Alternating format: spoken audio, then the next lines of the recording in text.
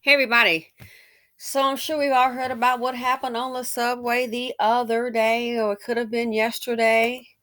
I want to go ahead and do a video on it.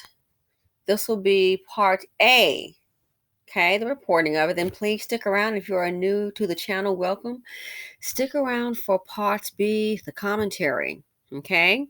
There's a report of a young black man who was a Jackson, I think his name was Neely, Michael Jackson performer. And they said he was on the train yelling. Some said he was yelling about his life, food, and water. And, he was subdued. Okay. Um, so here we go. And unfortunately, he died. There were reports also saying that, well, we'll get into the commentary. My bad. Let's look at the report. Show up to a vigil for the homeless man who died in an altercation on the subway. It happened on an F train Monday afternoon. Now, dramatic video of this incident has been released. Fox 5's Arthur Chien has more. Tensions continue to flare at a vigil held over the death of a homeless man who was put in a headlock on a northbound F train Monday afternoon after he reportedly started screaming aggressively at riders. Dozens this afternoon took to the platform at the Broadway Lafayette station protesting his death. Meanwhile, new video shows riders trying to subdue Jordan Keely.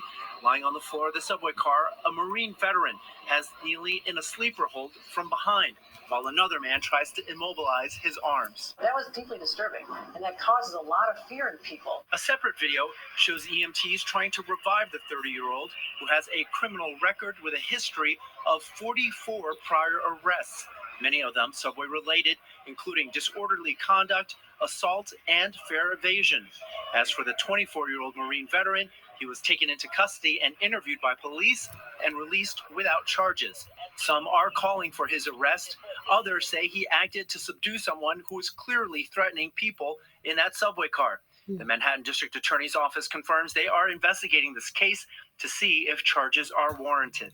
The critical question here will be what was in the head of the person doing the subduing, right? If that person reasonably believed that there was some imminent harm to himself or others, then he could act in a way that would be excessive.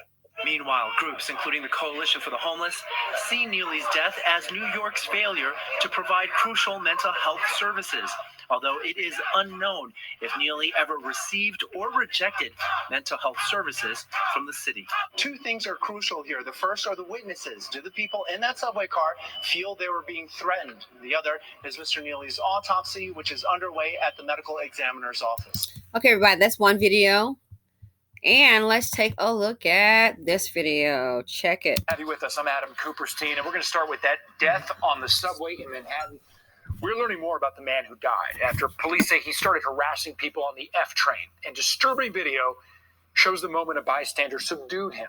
Police say this right here is a look at the moment a former Marine put that man in a chokehold. The Marine was questioned by cops, but then let go. Now tonight, we're waiting to find out if he'll face charges. Also tonight, we're getting a closer look at the man who died. His name, Jordan Neely. The Manhattan Borough President, Mark Levine, tweeting this video, saying he often saw Neely perform on the subway, dancing and impersonating Michael Jackson. News 4's Miles Miller, live outside the Broadway Lafayette stop in Soho, where this happened. Also, where a vigil for Neely turned chaotic today, Miles, and people there, they say he didn't deserve to die. That's right. That's why the vigil turned so chaotic. They wanted to be able to mourn downstairs. A lot of the people who came to that vigil knew him from his time as a subway performer. Outrage is mounting from them and from elected officials say he did not deserve to die this way.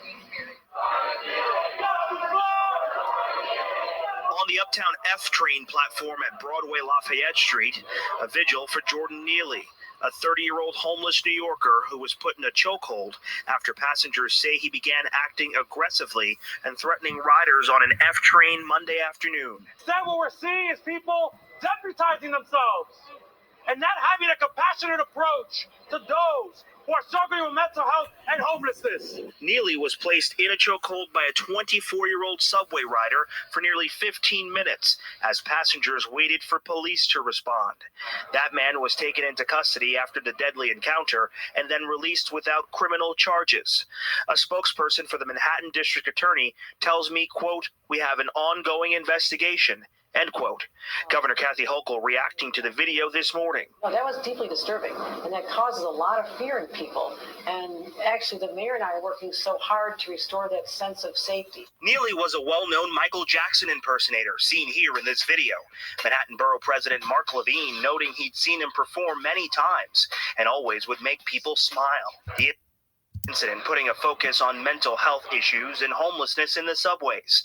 Shams, the homeless hero, is formerly homeless. I just broke down in tears because the greatest fear for me was dying while homeless. And sources close to the investigation say the autopsy has been completed, but they are reviewing that video for any evidence that may show the cause and origin of his death. Okay, everybody, so this is part A. Please stick around. Part B, gonna have some interesting commentary.